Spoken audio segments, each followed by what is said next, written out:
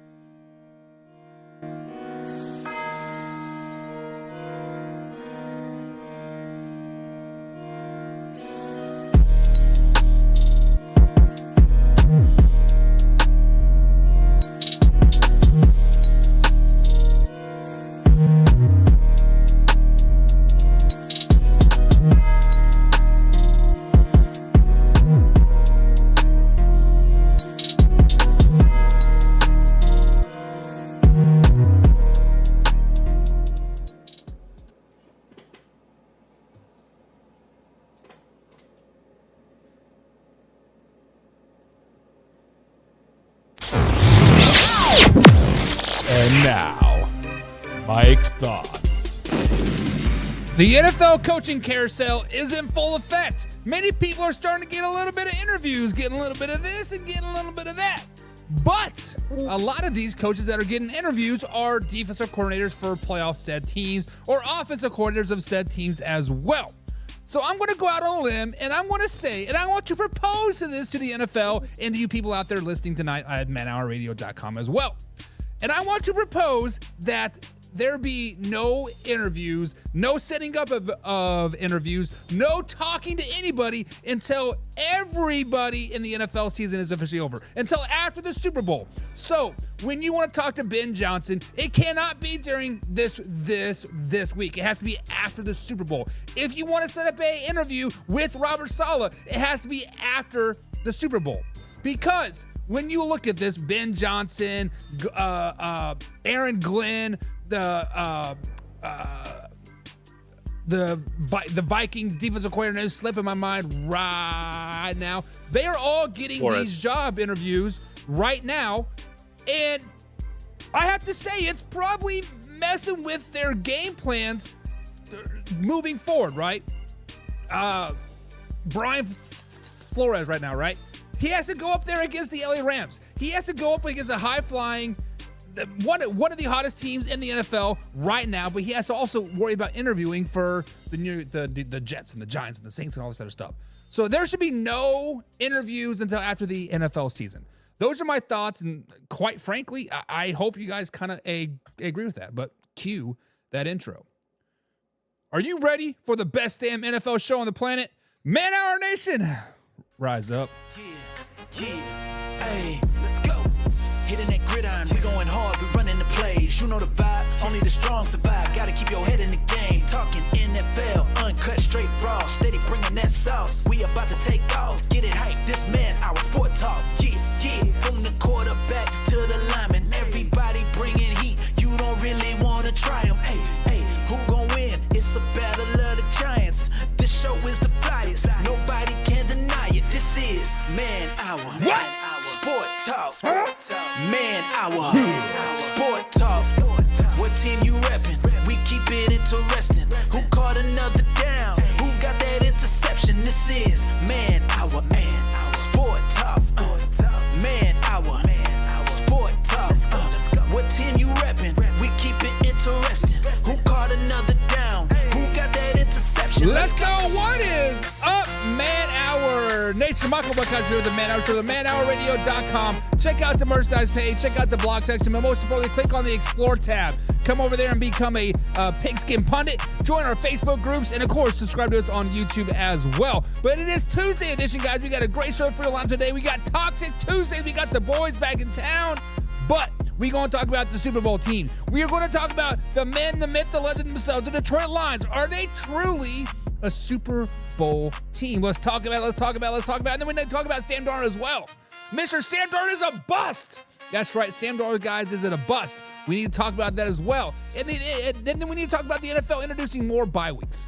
Do we need some more bye weeks? I think we do. And then we got to talk about some playoff times. Some playoff games. The first playoff game of the 2024 NFL season is the Chargers and the Texans. Let's talk about it. And then we got Toxic Tuesday. We got the boys. We got the round table in here. We're going to talk a bit about Aaron Rodgers, Tyreek Hill, and the most toxic person of them all, Mr. Jerry Jones. Before we get too carried away, we got to welcome the men, the legends, the people that make this world go round and round and round, and that is the Toxic Roundtable. Starting with my man, Mark D. What's up, Mark? What's up? What up, Buck? What up, Man Hour Nation? Toxic Tuesday. Let's do this. All right, Mark is here. We also got Mr. Ginger Man himself, Mr. 6'3", 285 pounds, soaking ass sweat. This man is built like a brick pizza oven. And bada bing, bada boom. We got my man, Hoffy. What's up, Hoff? What's up, Buck? What's up, Man Hour Nation? New year, new Hoffy. I'm going to lose the potty mouth and try and keep it professional, but what's up, Man Hour Nation? What's up, man? What's up? And as soon as Hoffy said, I'm going to try to keep it professional, that Boston accent came out, and I was like, whoa, that is not going to happen. That's not going to happen at all, one bit. But, guys, we do got the Toxic Roundtable with us today, so we're going to talk a little bit of toxic on this Toxic Tuesday. Before we get too carried away, we got to welcome some people into the chat. We got the Pigskin Pundits here. We got Laura Johnson-Hedrick, the Mrs. Pigskin Pundit herself. She says, good evening, y'all. Good evening, Mark. Good evening, Hoffy. Good evening to you as well, Laura. What's up? Then we got the CFO, the Pigskin Pundit, John Pebbles in the chat. He says, here's Johnny. Oh, man. What up, John? What's up, man? As soon as I saw that, I knew this was going to be a long show. So what's up? We got my man Derek in the chat as well. He says, damn, my team didn't make it in. Of course your team didn't make it in. It's the Las Vegas Raiders. I told you your team was not going to make it. And y'all laughed at me. When Mark, you were watching the show. I said 9 losses in a row, and that's what happened. They got 9 losses in a row, which is just a bad thing. And Laura says, yes, I agree. No talking to coaches till after the Super Bowl. Mark, what are your thoughts about that? You know what? I agree with you on that, man, because you don't want to get these coaches offset on their goal for the Super Bowl or whatever they're trying to accomplish. So why try to mess that up? So I'm with you. Like, wait till the end of the year. It's still equal to all the teams. So they just got to wait a little longer. Yeah, and I would take it one step further. I would say it is an advantage for teams that are not in the playoffs because they get a chance to hire their head coach, and then the teams that are in the playoffs, they losing their coaches, and then they're behind the 8 ball of hiring people to reinforce that. Hoffy, your team right now is going through this same exact situation, firing Gerard Mayo after 1 season. They have interviewed Byron Leftwich this afternoon. So how do you feel about them interviewing people before the Super Bowl was even remotely started or close? Yeah, I think too many times we see, it seems like most of the time it's a team in the Super Bowl that's gonna, lose their coach. Everyone knows about it. I think it affects the coaches, the game plan. Their mindset's just a little offset from taking a new position, etc. So I disagree with it. I don't think that they should be allowed to. I agree with both of you guys. I think it should be a thing to, after the season. Once the season ends, the book is closed on that season and a new season starts. So to fill your coaching positions before this season's even over just doesn't seem fair. Yeah, and it seems like I don't understand how the NFL can really do this, right? To me it kind of seems like collusion a little bit, honestly, because you're colluding with a coordinator from a different team or a head coach from a different team to bring, say, that guy over when their season's not even over. But it is what it is.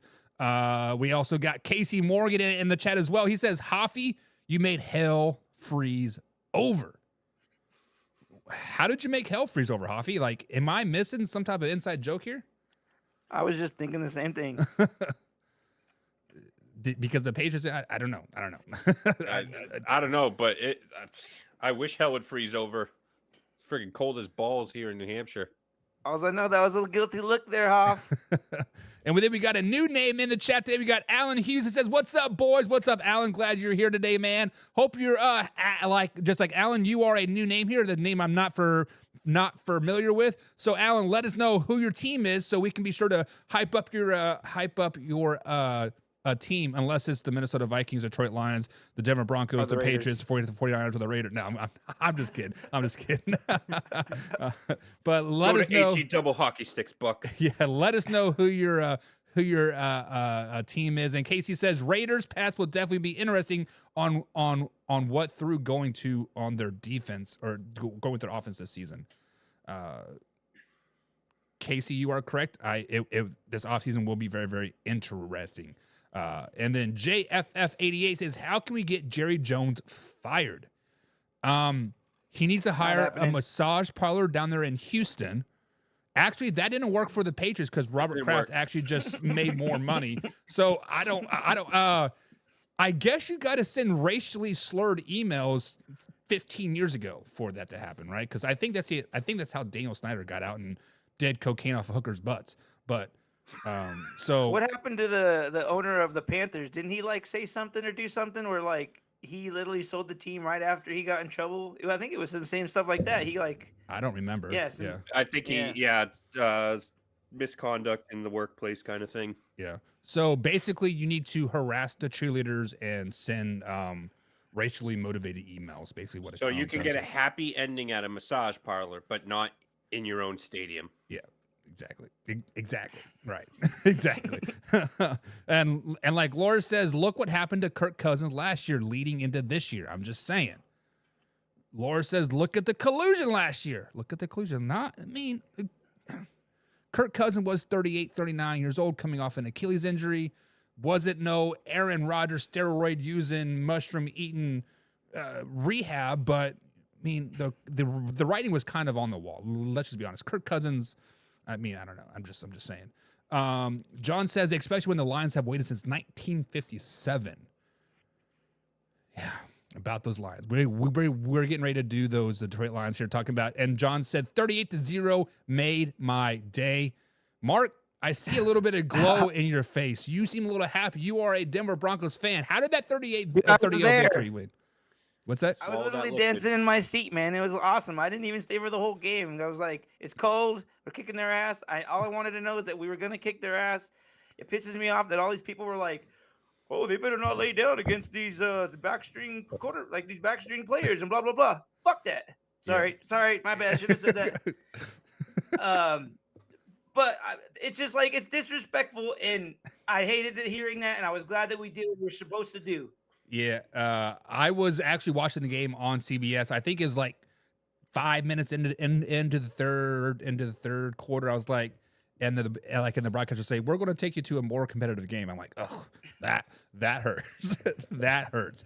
But speaking of competitive games, guys, let's start jumping into today's show. Let's start jumping today, and we're going to start with the one and only the Detroit Lions. Put some respect on their name because they are officially the number 1 overall seed in the NFC after they beat down, that's right, said, come over here, bad baby, Minnesota Vikings, 31-9 on Sunday Night Football. Not only did they win the NFC North with that win, they also got the number 1 overall seed and the only bye in the NFC playoffs. So, guys, when we look at the Detroit Lions, are they legit a Super Bowl team? When you look at the Detroit Lions, guys, can they legit make it to the Super Bowl? Not only make it to the Super Bowl, can they win the Super Bowl? So let's flash back to Sunday Night Football before we get too carried away. Let's flash back to that game versus the Minnesota Vikings. Leading up to that whole game, that whole week, I said, this is a must-win for the Detroit Lions. They need this win more than the Minnesota Vikings do. And I was getting ridiculed, and I was getting slandered and this, and calling clowns and getting threatened to get beat up because I said that. And, guys, the Detroit Lions needed this bye. They needed the number 1 overall seed. They needed this bye because their bye week was back in week 5. It was damn near 3 months ago since they've had a week off. The injuries have been the biggest drawback for the Detroit Lions all season long. And with the week off, it gives the guys that are just a little banged up like that cornerback that went down with the ankle contusion. It gives him a week to really get healthy and get back on the field. This week off is huge for them. Not only is it huge, their defense is starting to click and starting to get a little bit better, right? Getting the swag back. They had a great defensive plan on Sunday. They were double teaming Addison and Jefferson all game long. They did the inside outside double team, and then they played some money over the top, which you guys don't know what money is. It's cover one, right? While pressing the defense or while pressing the quarterback. So when you look at the Detroit Lions, guys, they do have the second ranked overall offense in the NFL, just behind the Baltimore Ravens. Their offense is high flying. Their offense legitimately pretty much cannot be stopped as of right now. The weakness for them have been the defense most of the season long. 20 ranked overall defense and 30th versus pass defense. And when you look at the teams that they could play, went into the playoffs, they got to play the Vikings, which is 6th in passing offense. They could play the Commanders, which is 17th in passing offense. Or they could play the Rams, which is 10th in passing offense. Or the Green Bay Packers, which is 12th in passing offense. So, Mark, Hoffy, when we asked the question, guys, are the Detroit Lions a legitimate Super Bowl team? I have to say no. Yes, everything lines up to them to make a nice Super Bowl run, playing the Minnesota Vikings for the third time, having that easier road per se. But people need to stop sleeping on the Philadelphia Eagles. I understand Jalen Hurts is potentially out. Mark, you've been high on the Eagles for most of the season here, but if you want to look at the NFC Super Bowl run, you have to look no further than the Philadelphia Eagles. Can the Detroit Lions make it? Yes. If Jalen Hurts doesn't play and the Green Bay Packers beat the Eagles, of course, the road gets a hell of a lot easier, right? But right now, I'm going to say no. They are not the Super Bowl favorites. Mark, are the Detroit Lions a Super Bowl team, and are they the favorites?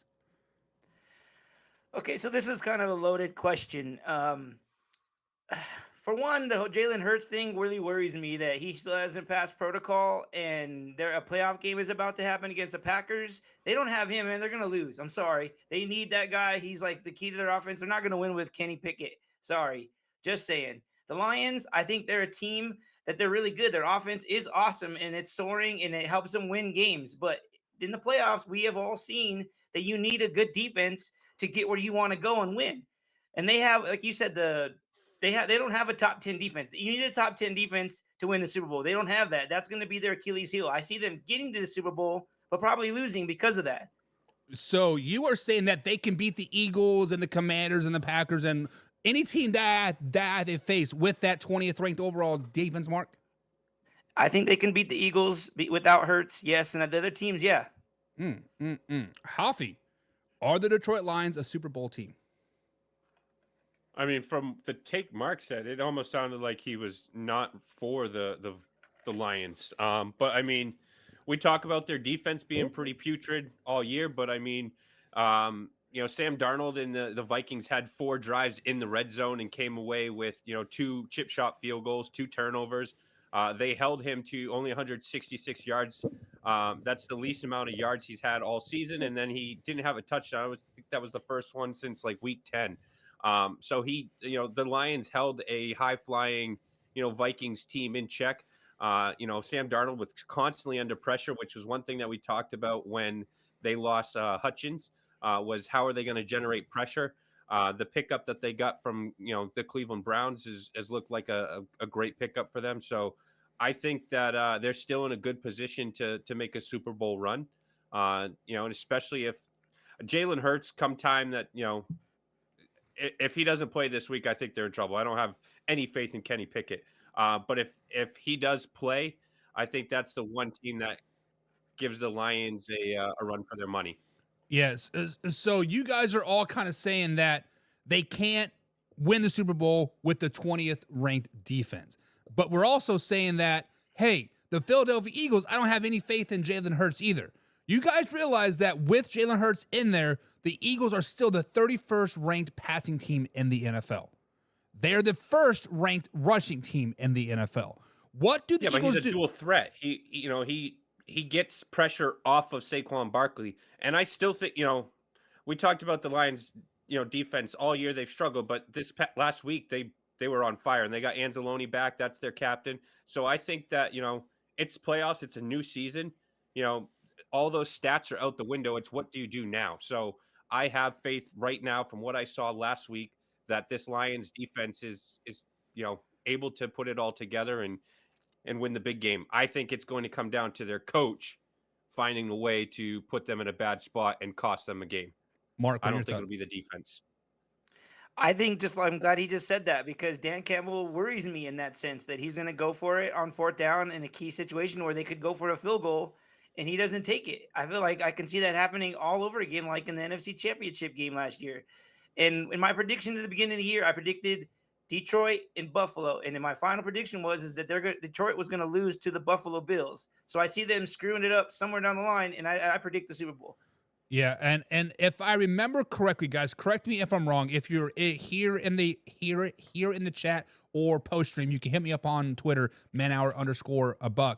But I'm pretty sure that no team has ever won the Super Bowl without a top 10 ranked defense. Because when you go back to years, right, some of the best Super Bowls that we've seen have been those 10-6 with the defensive slugfest, right? Very, very rarely do you see a high flying point scored at a premium in the Super Bowl as of late. I believe the last one was the San Francisco 49ers that scored like 55 points. It was like, 1992 or 91 or something like that. It's very, very rare that you score over 30 points in the NFL. So I think that the Lions can make it to the NFC Championship game, but I don't think they go past it. Mark, you are still having them in the Super Bowl, correct? I do. I think they scheme their defense schemes ways to beat those other teams to get there. But I think by the Super Bowl, it's too much and they lose. All right. Hoffy, do you think they can make it to the Super Bowl? Yeah, I do. But again, I think that Campbell is going to find a way to screw this up. Let the offense and defense, do their thing, and I think they'll be good. But again, Dan Campbell's going to find a way to just throw this away. All right, guys. So we have 2 Super Bowl bound Detroit Lions guys here, and I think they are not. But what do you guys think? Here in the comments below, here at youtube.com/manhour, and of course, facebook.com/manhour. Do you guys think the Detroit Lions can make the Super Bowl? And Laura says right off the bat, no holds barred. She says, screw those Lions. She says, screw them. I don't care about them. F them.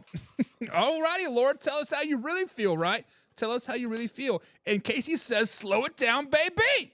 I'm still calling the NFC Championship game the Vikings versus the Philly. Now, Casey, if you want that to happen, if you want a Vikings versus Philadelphia Eagles NFC Championship game, that means there has to be another upset. That means the Green Bay Packers have to beat the Philadelphia Eagles. But I guess, no, I take that back. That means that you are predicting the Commanders to beat the Tampa Bay Buccaneers, because that way the Commanders would then have to play at the Lions, right? No, I'm sorry. I'm thinking wrong. Yep, it can happen. The Vikings win and then they beat the Eagles. Okay. But yeah, it could happen. Ultimately, they can win in the NFC Championship. Yeah. I was trying to outthink myself, but it's all good. John says you'll hurt yourself. Yeah, right. John says they beat the 2-time world champion Kansas City Chiefs.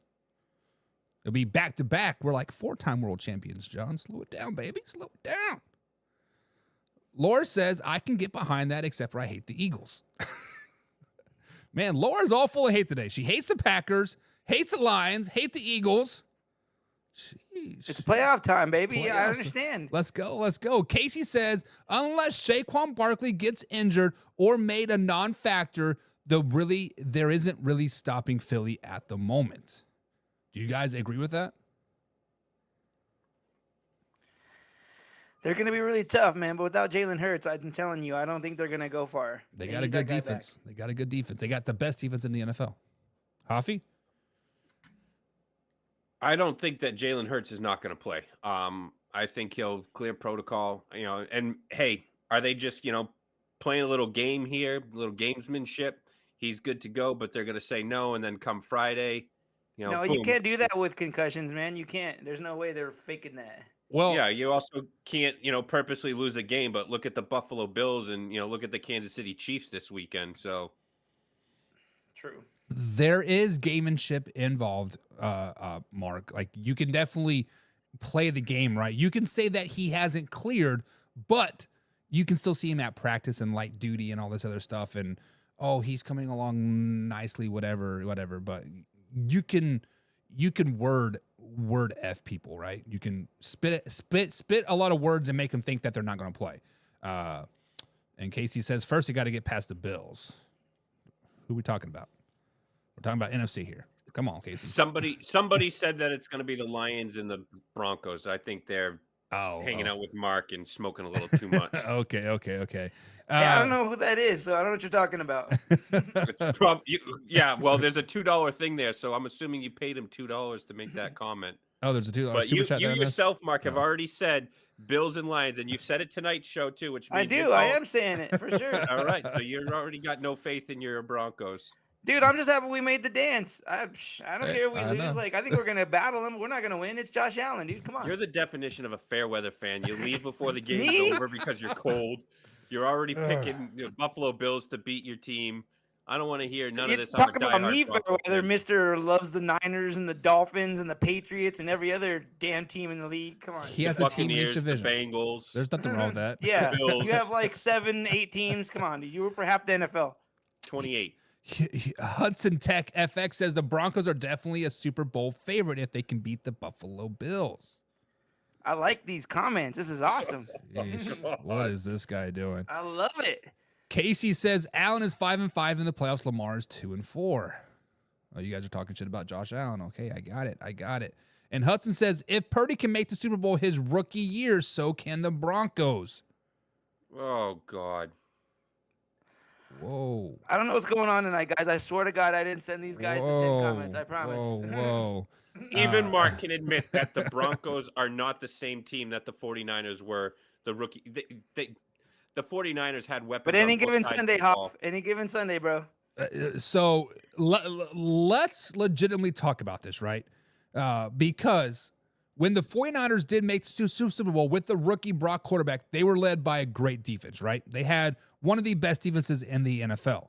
The Denver Broncos, Hoffy, has had a top 10 defense most of the season. Right now, I think they're hovering around 11 or like 12, right? The last 3 games. Last I saw, we were like 8th. You might want to look again because let me pull it up right now. I actually have it pulled up as a tab over here. So Maybe it was a different category or something. so overall defense, okay, you are correct. They are 7th in overall defense. However, Okay, cool. I was correct. it helps when you put up massive numbers versus the Kansas City Chiefs when you only give up like 160 some odd yards, right?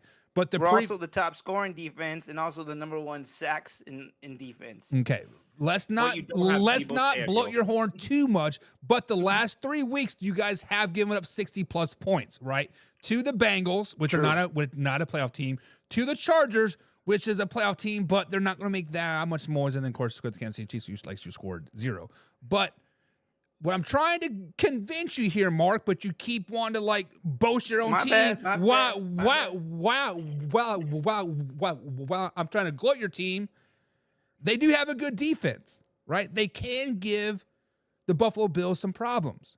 Because when you look at the Buffalo Bills, Hoffy, yes, what the Buffalo Bills like to do is they like to isolate their number 1 receiver on one side of the field and overload the one side, right?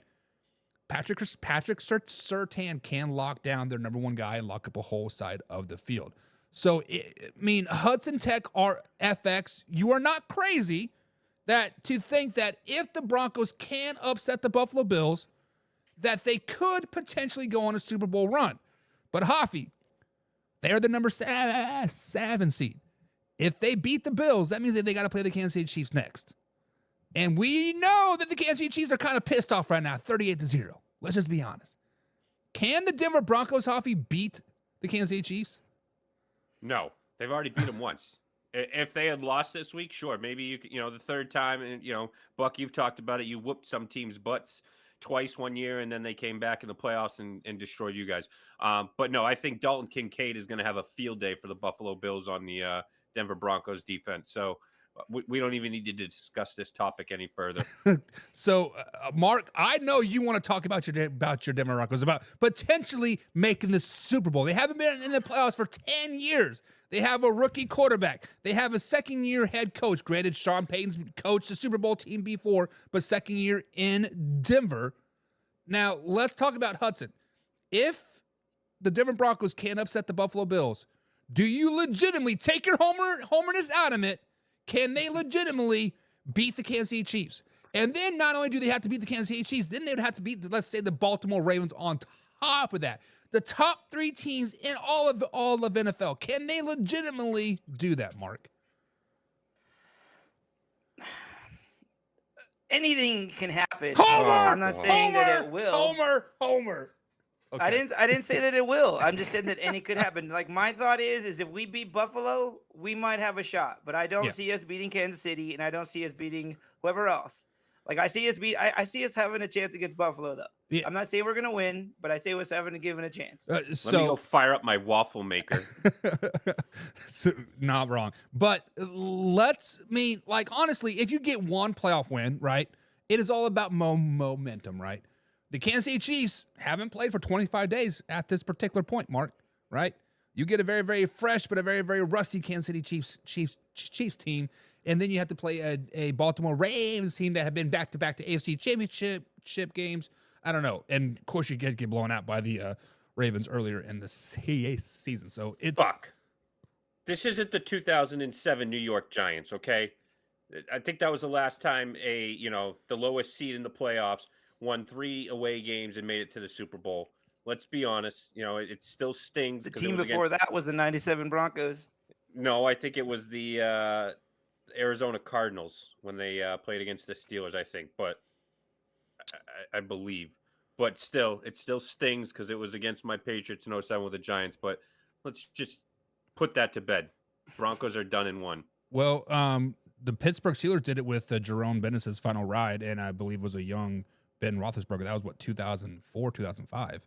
Yeah, so, I think that was the Arizona year. I think both of them were wild card teams or whatever. Yeah, so, it is what it is. It is what it is. John said, isn't Allen in the league 10 years? No. I believe him and Patrick Mahomes are both 7 years in the league, right? Right, guys? Is that right? 7 years, 8 years? Yeah, it's definitely not 10. Yeah, it hasn't been that long. They're not due up for their 3rd contracts yet. That is for sure. John says, Hoffy, that's a fair assessment. Whoa. Yeah, he's only played 7 seasons so far. Yeah, suck up much. Casey says, Lions' issue isn't their defense or injury, it's the risk play calling. Casey, I think you are partially correct because their defense is very, very injured. They still have 16 guys on the IR. They are not the most injured team in the NFL, but they still got a lot of starters on IR. But Mark, you were agreeing with it, so you don't like the risky play calling? I never have, man. I think it cost them the NFC Championship or the Super Bowl last year in the NFC Championship making those calls. They went for them like 3 times. I think they got 1 of the 3, but the other 2 were crucial in the game in the second half, and it cost them the game. Yeah, and I believe one was on the was it their side of the 30 early in the fourth quarter? Whatever. Yeah, they could have went for a field goal. They could have went up. I forget what the score was, but they could have went up more, like 17 points, and it cost them the game, dude. Yep, definitely costed them. So Hudson Tech RX sent a $2 super chat. Thank you for that, man. But he says the Broncos versus Lions would be a must. Mark, must miss. If you had an opportunity to play anybody in the NFC as a Denver Broncos, I don't think the Detroit Lions would be your first pick, would it? Well, with that defense, yeah. They probably have all the teams in the defense. I mean, they have the crappiest defense, so yeah, that'd be it. I'd say Detroit. Yeah. What about the Commanders with that, old as what defense? Honestly, dude, I don't see us going to the Super Bowl. I don't know who this dude is that's commenting this stuff. It's cool that he's back in the team. That's awesome. But I'm just glad to be in the dance. I don't see us getting that far. I see us battling Buffalo. We might win. Who knows? But that's all I'm going to say. I believe he has a KU jersey, so they're definitely related to you, Mark. I'm pretty sure. So just putting it out there. John says, I disagree. PI and holding calls. Did I miss something there, Hoffy, in the chat?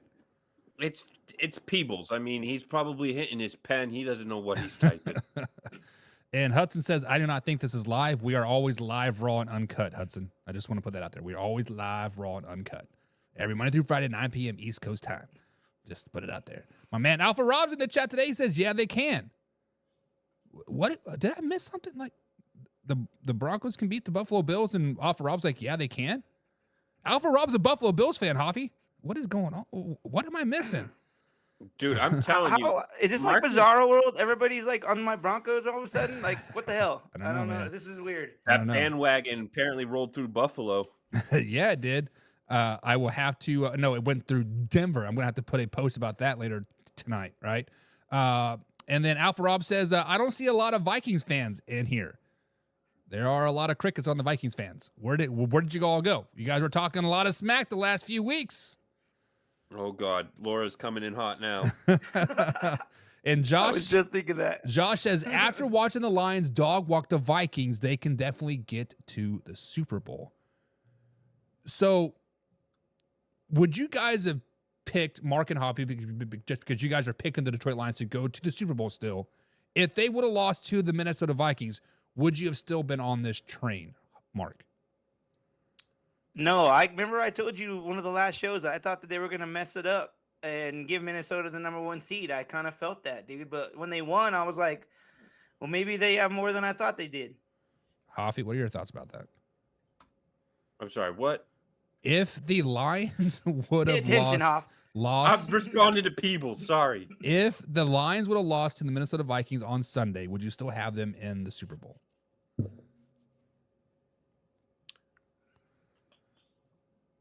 It would depend. It would depend on how that loss to the Vikings. If it was a flip and you had, 31-9 Vikings and the Lions laid an absolute egg the way the Vikings did, then no, I wouldn't. But if it was a 45-42 game, I'd say, just another example of the Lions being in a shootout like they have been pretty much every game this year, and they didn't win this one. So I would still give them a chance. But I think that the only thing that is going to get in the way of this team's success is going to be the head coach, Dan Campbell. And I think he will do that, whether it's the NFC Championship or he gets, all gung-ho in the Super Bowl and goes for it on 4th and 1 from his own 9-yard line. He's going to find some way to mess it up. So let me take this one step further, because I said last week that the Minnesota Vikings were an offensive injury away from being a bad team, whether it's JJ, whether it's Addison, whether it is Sam, right? If one of those three players go down on the Minnesota Vikings offensive side of the ball, they're completely done, right? That is what I said. I'm still standing by it. Mark, who is I hate to say that you're right, but you're right about that. But what if it was an O lineman? I think that might even kill him even more. Well, they did lose their left tackle, but they traded for one too. So their offensive line depth is pretty low right now. So let's flip that, right? Mark, what do you think on the Detroit Lions offensive side? What is the one player that they cannot lose? They cannot lose. That one's tough, man. They have so many weapons. They couldn't lose. I would say they can't lose Gibbs. I think that guy fires them up, and like when he gets those big explosive runs, I don't know. I think he would be really hard to not have. Yeah, that stop and go speed that he has is unreal. Hoffy, any thoughts on that? No, I sadly agree with Mark. I think having a solid back out of the backfield makes the quarterback's life easier, especially one like him that is multidimensional, can run the ball, can catch the ball out of the backfield, has the speed, just like Barkley, makes the Eagles, life a lot easier.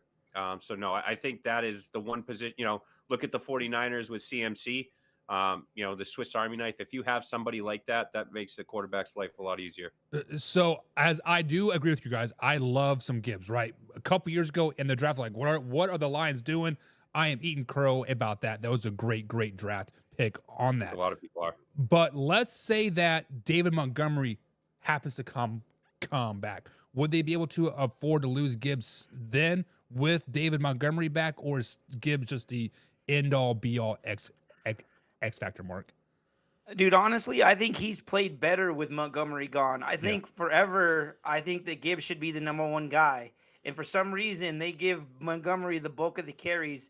I don't know why they do that. But I think him being out, they've had no choice but to give Gibbs the carries. And look what he's doing, dude. He's killing it. Like, he should be the number one back. He should be the focus. And maybe they'll keep this when Montgomery comes back. Maybe he'll be the third down back like Gibbs was. Maybe they'll switch roles. Yeah, Hoffy, do you agree with that? I don't think you could take it away from Gibbs now. I think you roll with what you've been, what's gotten you here. I think that having a 1-2 punch is great too. We've always talked about that 1-2 punch, but no, I don't think you can take the ball out of Gibbs' hands now. Yeah, and maybe guys, like, I'm not trying to take anything away from Gibbs. Do not get this twisted. But maybe Jahmyr Gibbs is fresh, right? They've been shielding him to keep him fresh for this time of year, like Aaron Jones was last year for the Green Bay Packers. So maybe that could just be it. Richard Beck's in the chat. He is a new follower here. What's up, Richard? And he says the Lions win the Super Bowl, coming from a Vikings fan here. Their old line, in my opinion, is number one. They do have one of the best offensive lines in the NFL, hands down. Richard, I totally agree with that. And it shows, and they are scheming to put those guys in good situations too, right? Penei Sewell is by far one of the best draft picks that I've seen in a long time in Detroit. He also follow-ups and says that the Lions-Bills would be a great Super Bowl. That's what I'm saying. To both those fan bases, that would be a crazy Super Bowl, dude. Yeah, that regular season game was must-see TV. So, to put them in the Super Bowl round 2, I don't think there'd be many complaints on that. Yeah, and as a Chiefs fan, if my Chiefs don't make it, I would like to see the Buffalo Bills and just in there too. Hudson says, I've already bought my tickets to the Broncos game this weekend in New York. Let's go. Nice. Playoff games are awesome to go to, man. It was very, very. I hope he's wearing bright orange Especially so everybody Buffalo. sees that he's a band, dude. Let's do it. Very, very. Good Lord. Got John Setter's in the chat today as well. What's up, John? Mr. Picks and Pundit himself. What's up? And then Hudson says, I appreciate you guys for shouting out my Broncos. Anytime, man. We don't hate teams. We just dog teams, right? We dog every team. Nobody is. Nobody's safe. Nobody's safe. I hate the Steelers and screw the Giants too. Oh, okay. Everyone else can, Every team is fair game. I just dog the rest of them. Casey says the Broncos issue is there. The Broncos issue in their win is they showed way too much of their playbook against a vanilla cover 2 defense. Potentially. However, Casey, Sean Payton's a mad scientist, bro. He's always coming up with new stuff. I'm not worried. That No, what you and said the other day. That is true. The other day it was all Bo Nix. That's your but you reason guys why- were saying that was on. I was smoking something, with my hot take. So So You obviously guys I would've was been better off wrong. with So Russell I'm just Wilson. pumping you guys up and saying Sean Payton's the guy. No, you would have been better off with Russell Wilson this year. WBN is in the chat today as well. What's up, WBN? He was at the Ravens game last weekend. He sent us a pretty good video of that. He says the Broncos don't have enough offense. Sorry, Mark, just keeping it 100. He's However, 100% correct. Since that Jets game, 10-9, which Mark picked the Jets to win that game, I'm like, are you sure, Mark? Are you sure? And he almost picked them. And he changed it over. Since then, they have not scored under 20 or it's under 17 points. So their offense is improving, right? So Laura says, stop waffling, Mark. Stop waffling. Man, I'm way behind on chat. Stop waffling. So All right. I'm Hoffy tonight. I'm waffling like Hoff tonight. No. I don't waffle. Mark, you are the king of waffling, or I should say the queen. Queen of waffling. So All right, whatever. this goes to the question of who can the Lions not afford to lose? Richard Beck says Gibbs, which I think we all are in agreement. Gibbs is a very, very intricate part of that offense. But John says St. Brown. And when I first saw that, I'm like, there is no way. I don't think St. Brown is the key to that offense by any stretch of the imagination. But then I started to thinking, well, what if it's the Stephon Diggs effect in Houston, right? Yes, he's not putting up big numbers and gaudy catches and yards and touchdowns, but he's getting everybody else open. I have not watched St. Brown that close this season to say, yes, that is it. But Mark Coffey, have you guys watched St. Brown enough to, is he getting double, triple teamed every game to open up the rest of the guys? Dude, you know what's cool about St. Brown is that he's the type of wide receiver. He's not a diva. Like, he'll take whatever they give him. He's the type of person that he's going to pump up the other players on the team. He doesn't really care about stats. He just cares about winning, dude. And I think that he's perfect for their team. But I think if he lost him, he'd still be there, like, emotionally for the rest of the team. Yeah, well. But I'm asking though, like, if he's not on the field, is that safety shifting over to his side still? And is it open up Sam Laporta? Is it open up Gibbs on the backside? Is it open up your boy Tim Patrick? Coffee, you are shaking your head. Yeah, St. Brown's getting the Tyreek Hill treatment where you don't allow him to get past you. So he's got that safety help. You can't load up the box. So yeah, by losing him, now they're able to bring a guy into the box to help with Gibbs. I still think Gibbs will get his because he's got the speed to get to the outside. But yeah, it would definitely, I think losing St. Brown would definitely hurt them because then, like you said, now they can focus in on Laporta and some of those other guys. But St. Brown definitely gets that double team, which allows those other guys to eat. Yeah. But like you said, he's not a diva like Tyreek Hill.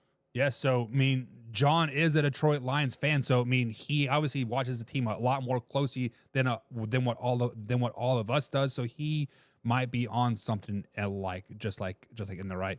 And he also follows up and says, I think St. Brown's pulls a third play to keep rolling, always in there for Goff. So the third down plays is always going to St. Brown. Yeah, definitely on that, right? John People says, if the Lions didn't have Gibbs, they don't win the division, plain and simple. I agree with that. I have to concur with that. Dude, that their whole offense is predicated on the run game. So yeah, I agree with that too. Yeah, and it's crazy that it's predicated on the rushing game, but yet Jared Goff is top 5 in passing yards, and they're putting up 40, 50 points every game. It's just crazy, right? Just crazy, like honestly, how good they are. And John says, or Ann says, strongly agrees with no Gibbs, no division. And then Hyde Alias says the Bills lose on Saturday. Oh, another one. All this Bronco love tonight. Damn, Mark, who are you paying? Richard paying Beck. Them all, Buck. I'm paying them all. Richard Beck says, you guys have any fines instead? Jesus. Richard Beck says, do you guys have any thoughts on Danny Dimes being activated for Monday night? Could you see him play if Sam Darnold struggles? Oof. They did raise him from the practice squad, and they did sign him. So, that could be a sign in that direction. You know what, Richard? Hold that thought, because I got to bring up this comment. Is Sam Darnold, right? Is a Sam Darnold segment here? It is the question. Guys, when we saw Sam Darnold play last time on Sunday Night Football versus the Detroit Lions, he was 18 for 41 for 166 yards on Sunday. Sam Darnold has been a great story all season long. But the question is that I'm going to ask you guys, Mark, I'm going to start with you first. Was that game versus the Detroit Lions, was that a bad game or a bad sign for Sam Darnold moving forward? Has the clock finally struck midnight? All right, you guys call me the king of waffling, so I'm going to waffle again. So I think it's a little bit of both. I think they schemed him up really well, but I think also he was really juiced up. Like, he had never played in that high caliber of a game before. And I think, he was just super pumped up. And that's why there was some throws that could have been made. They could have had touchdowns that it totally could have changed the outcome of that game. But because they were bad throws, that's what threw off the whole thing. So I think that for Vikings Nation, I hope it was just a bad game. But if he plays another game in the playoffs, if I was the owner, I don't know if I'd want to pay him. Yeah. you know what? Let me dive into this just a little bit, right? Let me talk about Sam Darnold a little bit. Sam Darnold has been playing out of his mind, guys. Let's just be honest. He has been playing out of his mind all season long. He is 5th in the NFL in passing, 4,319 yards, 5th in the NFL in touchdown passes, 35 touchdowns, and he just has 12 interceptions. And his QBR is 60.6, which is 14th in the NFL. To add on top of all those great stats, these are all career numbers for Sam Darnold, right? This is his first time in his NFL career that he has played a full 17-game season. The most games before this, Mark and Hoffy, was 13 games his rookie and his sophomore season.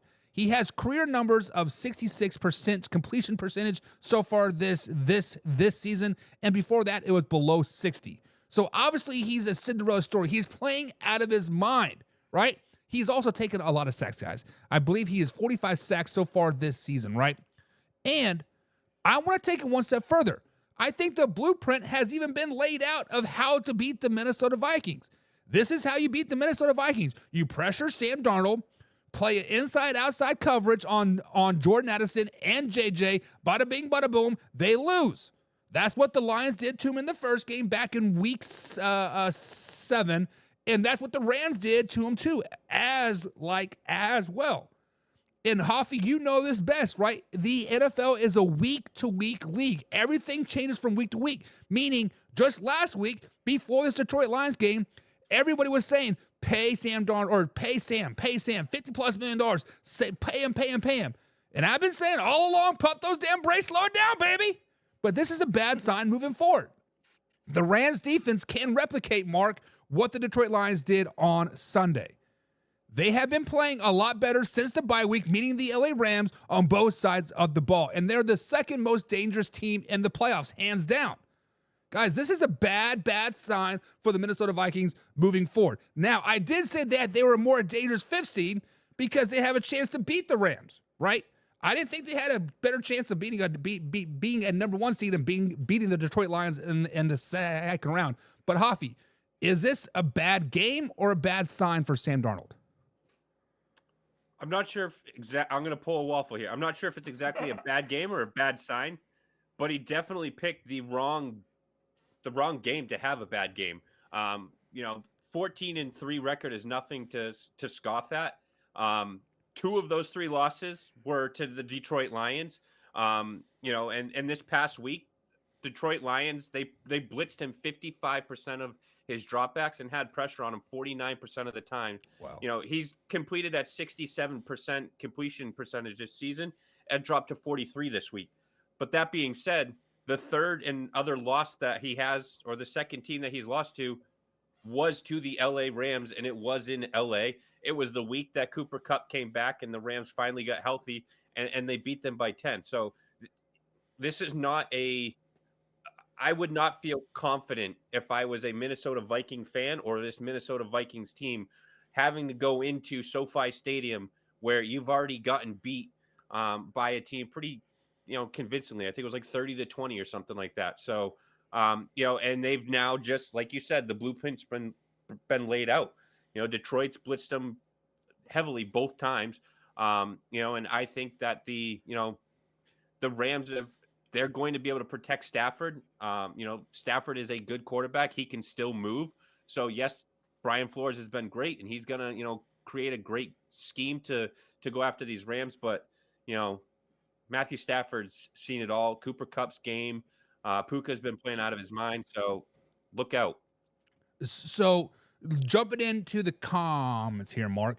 Laura says, if Sam Darnold has made all those bad throws on Sunday, why were all those passes caught all season long with no issues? And Laura, I'm going to explain this for you in terms that we all can kind of understand. I kind of want to sound like I'm talking down or at you, but there is such thing as called adrenaline, right? When you get into a big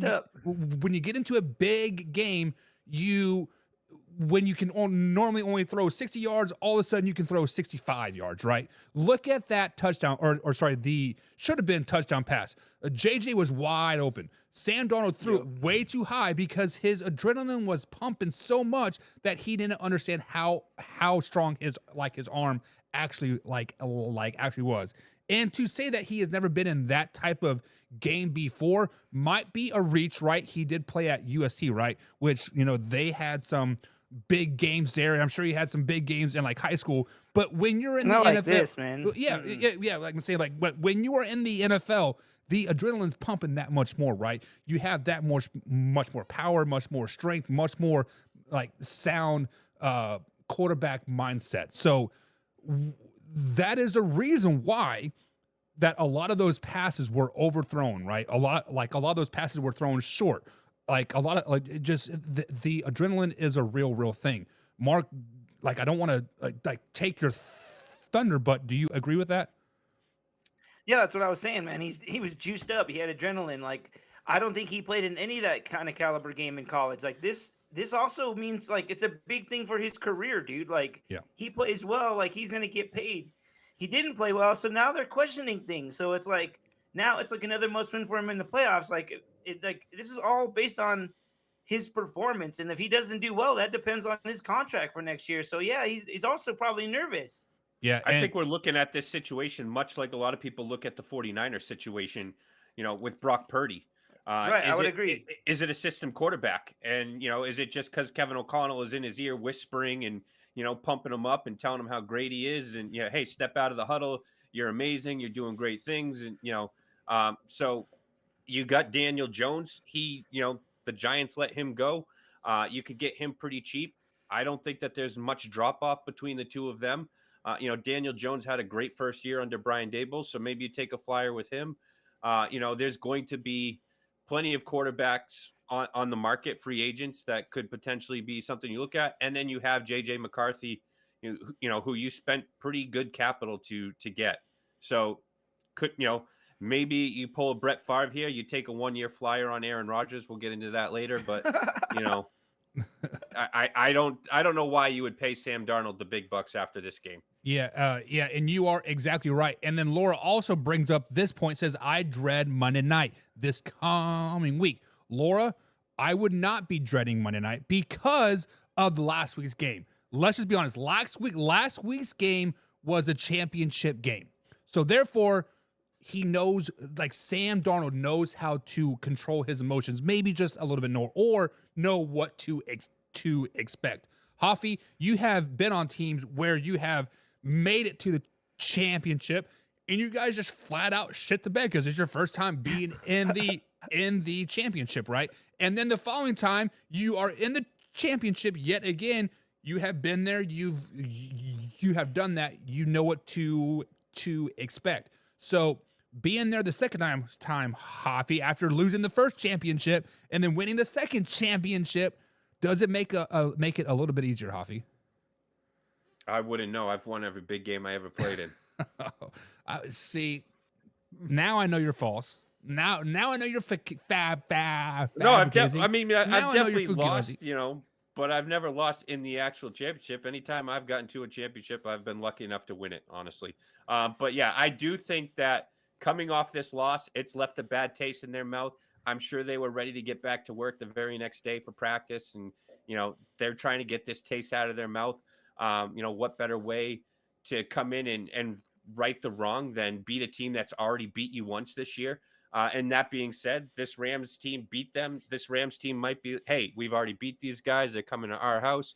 We got this. So they might, lay back a little bit and they might lay an egg and the Vikings come out and, ball out. But I think that the Vikings have to start fast. Maybe I'm wrong here. I thought that the Vikings really hurt themselves by going for it on, I think it was like the first fourth down and they didn't get it. They didn't take the points. I think at that point, take the points, give yourself the lead, play ahead kind of thing. But I think that they got to start fast and get on the scoreboard early and take the life out of the stadium early. I hate to agree with Hoff, but I kind of agree with him. I think that they've won a lot of games this year because they started out really hot. And I think maybe that's part of the key of beating them. If you get up on them, they're not a type of team that's going to be able to come back. Sam Darnold's not that quarterback. So maybe that's part of the key of beating them. Yeah, and just to add to your guys' points, the one thing that I've said the biggest flaw about the Minnesota Vikings all season long was their inability to put teams away. So when they're up in the fourth quarter, 10, 12, 13 points, they let teams like the Green Bay Packers hang around, and teams like the Chicago Bears hang around, right? They allow them to make that a close one-score game. And I did say it is going to come back and haunt them in times to come. But Laura, I understand why you are dreading Monday night's game, but the Vikings are favored. They are on the road, and they are one of the hottest teams in the NFL. But so are the LA Rams. So I definitely. We've also said that it's hard to beat a team twice. Rams are going to have to beat them twice. That's really hard to do that. So Right. the Vikings have that in their favor. So let's talk about that a little bit, Mark, because when the Rams beat the Minnesota Vikings, Hoffy said it. Cooper Kupp, first game back, right? Puka, I think that was his first game back after being being injured as well. The Rams are a 157.2% team different from what they were back in week 7 or 8, right? They're a 100% different team. They are 9-2 since that bye week that they had back in week 7, right? They are one of the best teams in the NFL. So they are. It is like we cannot take any stock in. Like, yes, you can take stock into that early season game, but it is not going to influence the playoff game, I don't think. But we also a couple weeks back talked about, does this Vikings team need to lose a game? Going into the playoffs with 9+ game win streak. It's tough to win that many games in a row. So maybe this is that knocks them down a pole on the totem pole kind of thing. And, gets them that hunger back. That get that juice flowing again. So I would be jazzed up for a playoff game if I was the Vikings. Not so much a Denver Broncos fan, but Vikings, sure. Yeah, I mean, it like losing a game like that definitely focus you, right? So you have time to get it up here. So Laura wants to take it one step further. So are you guys saying, or Buck, are you saying that Sam Darnold's season all season long was a fluke? He has had a outlier of a season, right? Now is that outlier of the season going to become the mean, going to become the average, going to become what we expect of Sam Darnold? To be determined. Mark, what are your thoughts? I think this game is a big test for him. So I think he plays well. They might keep him. They might play him longer. Who knows? And also if he plays well, other teams might want to sign him if they don't have that in the cards. So he's playing for his career. So this next game is super important. Javi?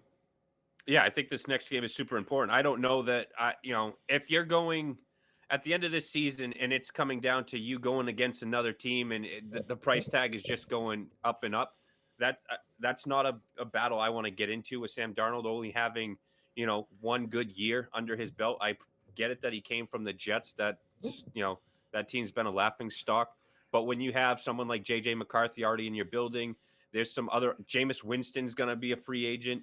There's a couple other people that'll be out there. But I don't know that I'm paying this guy, Patrick Mahomes money, Josh Allen money, Lamar Jackson, which I think another team like the Raiders could come in and offer him that kind of money. And I'm not paying him that kind of money, especially after this last game. I mean, unless he goes on a run in the playoffs and leads you to the promised land and then even has a good game in the Super Bowl. But if he lays another egg in the Super Bowl, that should be a telltale sign. Yeah, and just to add to your point there, guys, that history does always repeat itself. Brett Favre did spend 2 years in New York before going to Minnesota. Aaron Rodgers has spent 2 years in New York before going to... And WBN says, I would franchise tag Sam Darnold. I wouldn't sign him to a long-term contract. Gil still got to see more of him unless he gets to the NFC Championship game. And Ant... That's basically a 1-year, $40 million deal. Yeah, and I would say even if he makes it to the NFC Championship game or wins a playoff game or makes it to the Super Bowl, you still franchise tag him, right? Because, yes, he is only, 28, 27 years old. This is still an outlier of a season. You don't know what to expect from him. Also, JJ's coming off the Achilles, or ACL, so Meniscus. He's not going to be back right away. So they're going to need somebody. Well, Buck, have you ever heard of a guy named Matt Castle? He had one really good season. Richard Beck says KOC needs to find needs to find a way to keep Sammy D calm. They showed a close-up of his face during a play in his eyes where they were moving everywhere. He looked so overwhelmed. Yes, the Lions defense definitely overwhelmed Sam Darnold all game long. There's no question about that. Josh said the Vikings couldn't execute that game. However, I do think they will beat the Rams 27-24 this weekend. They are favored, so that is not a reach as well, a reach at all. Casey Morgan says the next season is the only way to tell if Sam Darnold this season is a fluke or not. Correct. Truth. Yeah. And it also depends if he goes somewhere else, right? Just like I believe Mark was saying, right? Is it the system or is it actually the player, right? And everything right now. I think Kevin O'Connell's legit, man. So I think he's a big key part of that. McVay did the same thing with Goff his first year by talking to him all the way up until the thing. Yep. It helps these guys. And what if Darnold goes somewhere else? He's not going to have that. Yeah, and it's also the Kirk Cousins effect, right? Kirk Cousins had a great season. Now look where he's at. He's getting cut. Richard says Sammy D is playing Monday night for a $45-50 million contract. If he lays an egg, he might get 25 to 30. If that kind of pressure can change the way you play. But big time players make big time plays, right? And Casey says, I hear the Raiders need a quarterback. Not wrong. Poor ass Raiders. Hatrick Pahomey says, hello. What's up, man? What's up? Laura says, AR is not coming to Minnesota. Don't ever put that out there, ever. And Hoffy says, sure I saw Woody Johnson's private jet was leaving the Meadowlands from Minnesota tonight. Yeah, so there you go. Lay it down. And Casey says, we Chiefs fan don't talk about Mass Castle. Those are the lost years, Hoffy. Those are the lost years. How much wasn't that? That was Herm Edwards, Matt Castle, and Dwayne Bowe. Man, it was so bad. It was play to win the game. Yeah, that was terrible. John says yes, he plays in New England. Castle, how did he finish, Hoffy? Matt Castle had a great year when Tom Brady went down with the ACL. Then Kansas City Chiefs signed him 11-5, and didn't make the playoffs. Nope. It was still better than what they got, right? And Laura says, "Sush it, no Aaron Rodgers." And Chill Guy UT's back in the chat today. What's up, Chill Guy? He says, "I wonder if the Falcons get the 16th overall pick yet again." Didn't you say earlier history has a tendency of repeating itself, Buck? Yes. Okay. Just wanted to make sure Laura was, paying attention. And didn't Joe Milton III just have a pretty good game for the Patriots? So that means the Chiefs are going to sign him this Bazooka Joe screwed it up for you guys, right? And my prediction for the number 1 pick. Yeah. You can blame him. Laura says, I miss Case Keenum, or however you spell his name. Case Keenum is still in the league. He's a backup in Houston, if I'm not mistaken. Yep, he's C.J. Stroud. Yeah, so. Backup. All right, guys. So let's go ahead and move on to the beautiful thing we like to call a little bit of Toxic Tuesday. So, guys, this is something new that we were going to try here on every Tuesday. We got the boys. We got Mark, D, and Hoffy in here. And I've been scouring the old interwebs, and I've been seeing what people are saying right there. And we're going to determine if it's the most toxic thing in the NFL, right? So, Hoffy, Mark, this is your guys' time to shine. The boys are in here, and they're going to bring us some toxicity. Toxicity. Hoffy, you are a System of a Down guy. Or actually, Mark, you're probably a System of a Down guy. Toxicity. There you go, toxicity. I wish that would not get copyrighted because I'll be playing that song right now, 100%. But he's an ICP fan. Yeah, he is. It is. Whatever. But let's talk about some toxic traits, guys. Let's talk about some toxic traits. So let me scroll down on the old things here. And on this beautiful Toxic Tuesday, the Chicago Bears guys have reached out to the Dallas Cowboys, Mark, to interview Mike McCarthy. Jerry Jones has yet to respond to the Bears on this issue. But Jerry Jones did say in a press conference that if Mike McCarthy wants to explore his other options, go do it. I don't want to force anybody to stay here if they don't want to stay here. Spoiler alert. Jerry Jones has yet to extend or sign Mike McCarthy beyond this season, which the contract ends next Monday. So, Mark, I'm going to ask you this question first. Is Jerry Jones the most toxic owner in the NFL? Well, I'm going to answer your question. Yes, I've been saying forever that he's like the new Al Davis, except that he's worse. Because Al Davis was actually kind of a genius, even though I hate to give any kind of Raiders credit. Al Davis was kind of an innovator that he knew that teams needed to go to places and build stadiums. Like he was kind of an innovator for his time. Jerry Jones is not that. He's a very good businessman, but I'm sorry, he's no genius.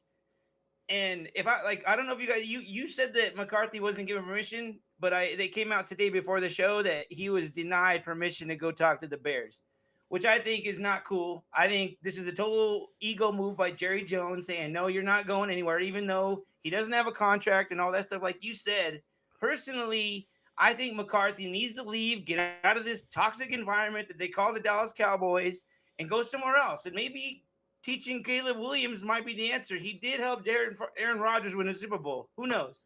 Yeah, so just a fun fact here, guys. There are two coaches right now that have 11 plus 10 win seasons, and one of them is Mike Tomlin, and the other one is Mike McCarthy. Just want to put that out there. Hoffy, is Jerry Jones the most toxic owner in the NFL? Well, first off, how very Bears like to want to, interview Mike McCarthy, someone that, you have a potentially great quarterback, young guy that needs to learn. And I don't think McCarthy's system is very quarterback friendly. I know that him and Aaron Rodgers were successful, but I think he made Dak's life harder as a quarterback. But that said, I don't think that Jerry Jones is the most toxic owner. I think the New York Jets, Woody Johnson, is more toxic. At least good one. At least the Cowboys have made the playoffs. At least they give us some good entertainment. Whereas Woody Johnson is just an idiot. I mean, he ixnayed a trade that would have brought Jerry Jeudy, who's 25 years old, to the Jets. You could have had the two unbelievable superstar wide receivers in Jeudy and Wilson, who 2 years ago was the offensive rookie of the year. They had the defensive and offensive rookie of the year that year, and they've fallen apart since then. So I think that Woody Johnson is the most toxic owner. But I will say that Jerry Jones is the most toxic GM. You can't keep his mouth shut. So isn't that Ambassador Woody Johnson? You better put some respect on his name. You better put some respect on that, Hoffy. Yeah, he should go overdose on his own Johnson shot or whatever the heck that COVID thing is he came up with. But so, Mark, you were saying that Jerry Jones is the most toxic owner in the NFL, and Mark I think he's the most toxic for his team. I think Woody Johnson is probably the most toxic owner. I have to agree with Hoff. Yeah. So there we go. So earlier, like we had a comment. I believe I don't remember who it was from. It was from your Broncos fan, right? It said, "How can the Cowboys get rid of Jerry Jones?" And you aren't going to be able to get rid of Jerry Jones. What Jerry Jones needs to do is hire a general manager, right? Jerry Jones needs to get out of his own way and hire a general manager. So at least Woody Johnson has a general manager. Mark, would this change your opinion of Jerry Jones if they were to hire a general manager and Jerry Jones can just own and then the manager can manage? Yeah, it would, but he's never going to do that, dude. His ego is this freaking big. Like, there's no way that he's going to give up that control. He came out recently and was like, I bought the team, so this is something I can do for the next 40 years. The guy's nuts, bro. Like, he's the most meddling owner there is. I know Woody Johnson did some stuff, but I mean, the stuff that Jerry Jones has done with contracts and the way he's done with players, like, I've said this numerous times, that he just wants to be relevant. He doesn't care if they win or lose. As long as the Dallas Cowboys are, like, topic of conversation, that's all he cares about. As Hoffy knows, this sex sells. Even though it's bad or good, it's still sex and it still sells, right? I mean, what GM is going to want to take that position, though? Because they know darn well that even if they come in as the GM, they're still going to have to run every decision by Jerry Jones. And Jerry Jones is still going to, be in that locker room. He needs to just completely step back and just sit up in his booth, collect his money, enjoy the fact that he owns a football team. But he's never going to do that. Like Mark said, his ego is just it's too big. He will never take a back seat and allow people that are qualified to do their job. Yes, I get it. They were America's team. They were successful, but they could have been even more successful. Got rid of Jimmy Johnson. He ran some pretty great coaches out of town. So he's an idiot. Yeah, it was Jimmy Johnson and Barry Switzer was the 2 Super Bowl winning coaches, right? And he pushed out Bill Parcells. Yeah, and Bill Parcells pushed out Parcells. Yep. Deion Sanders, and then he kept Jason Garrett for 13 years, right? Way too long. Right. So Laura says, but the real question is, does Dallas let Mike McCarthy go? His contract is expired next Monday. I believe it's January 15th. As if they don't extend him, it doesn't matter. He's a free agent, right? But personally, if I was Mike McCarthy, I don't care if the Dallas Cowboys offer me $118 million a season. I am not staying there because everything that I do gets undermined, much like you guys are saying, because of the toxic owner of Jerry Jones. So, Hoffy, if you are Mike McCarthy, if Jerry Jones offers you, let's say, $30 million a season to coach the Dallas Cowboys for the next 4 seasons, are you taking that offer? Yeah, because then, after this season, I'm probably getting fired, and then I'm going to sit my ass on the couch for next 3 years and collect $30 million a year to watch football. Dude, Jerry Jones doesn't do that, man. If I'm Mike McCarthy, I'm running for that, Chicago Bears opportunity or any other opportunity that comes my way. But I think Jerry Jones is a sleazeball, and right now he's reaching out to, the Vrabel, the Johnsons, all these guys that are out there to gauge their interests before he decides what to do with Mike McCarthy, and I'm sure that's tampering and whatnot when you have a coach still under contract, but I don't trust the guy as far as I could throw him, even though he's 100 pounds. I could probably throw him pretty far. Mark, you know all about bad coaches there in Denver with Nathaniel Hackett. You guys couldn't push him out fast enough. But we were just talking about Mike McCarthy potentially being fired, 2 months ago? And now we're talking about him getting extended. Mark, if you are Mike McCarthy, are you staying in Dallas if given the If I'm opportunity? Mike McCarthy, dude, I am running. I am waiting for those days to end in the contract, and I'm going to listen to all offers. And if the Bears are an option, I think that he's more of a fit for Jacksonville, personally. Well, yeah, I mean, probably. I think you're right. So, Laura, I do think Dallas does eventually let Mike McCarthy go. I think Mike McCarthy is like their back burner guy, right? Hoffy, you know all about this, right? You keep this girl on the back burner, kind of string her along while you're looking for other girls, right? Don't tell the wife. Yeah, Seriously. Hopefully my wife's not. and if this girl says no, yeah, this girl's still here, right? Yeah, so that's kind of, I feel like, what is going on and what makes Jerry Jones so toxic, right? Yeah, I mean, this Dallas Cowboys team has talent on their roster, but they've lost the locker room. And I don't think that's because of Mike McCarthy. I think it's because of Jerry Jones. And I don't think once it's lost the way it's lost that you can get that back. I think that this team, you got to look at, Micah Parsons on his podcasts and whatnot. I mean, just foaming at the mouth with comments that, any other team that they wouldn't be discussing those things or that wouldn't come out. So I think that, this toxicity, et cetera, is just running through the building, and it's not something that can be fixed. So I'm running if I'm McCarthy. So my man, pigskin pundit, Mr. Casey Morgan, he's and he says, watch this. Next season, Jerry Jones will be the owner, general manager, and head coach. No, he'll make his son the head coach, but yeah, and then same thing.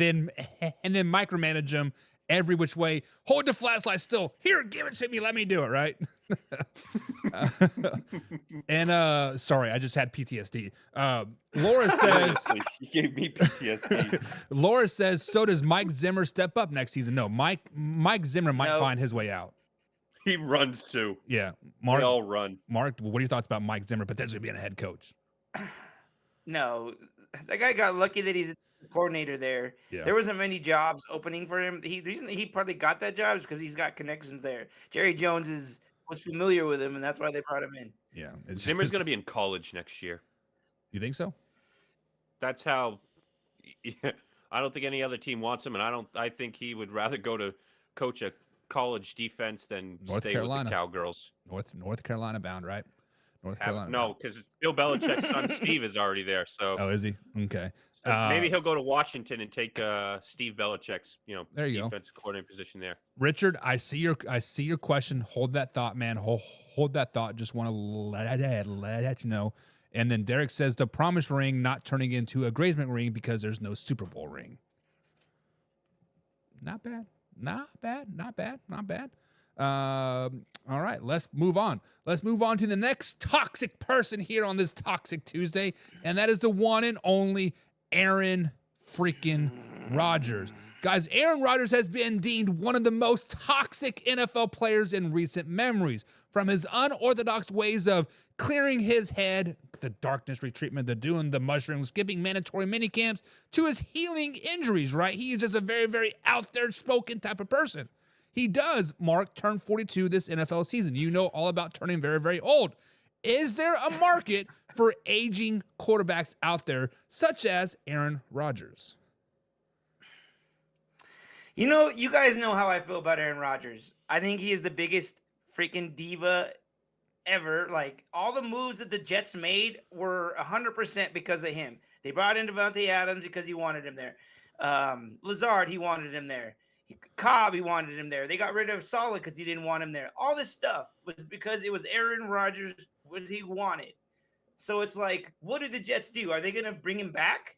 He's came out and said that he doesn't know if he's going to get fired by their kids or if he's going to, like, it kind of sounds like to me that he's like asking to get fired. Like, he wants to be fired by the Jets to go somewhere else. And then I was thinking about when we had this topic, where's he going to go?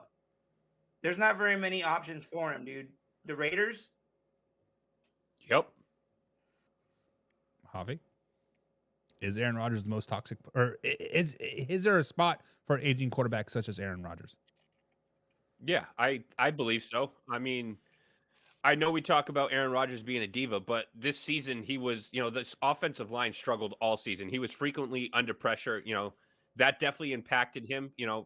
It wasn't until of recent that he was able to kind of start moving around with, get that mobility back. Just this, I think going into this last week, he had 5 touchdowns on the run.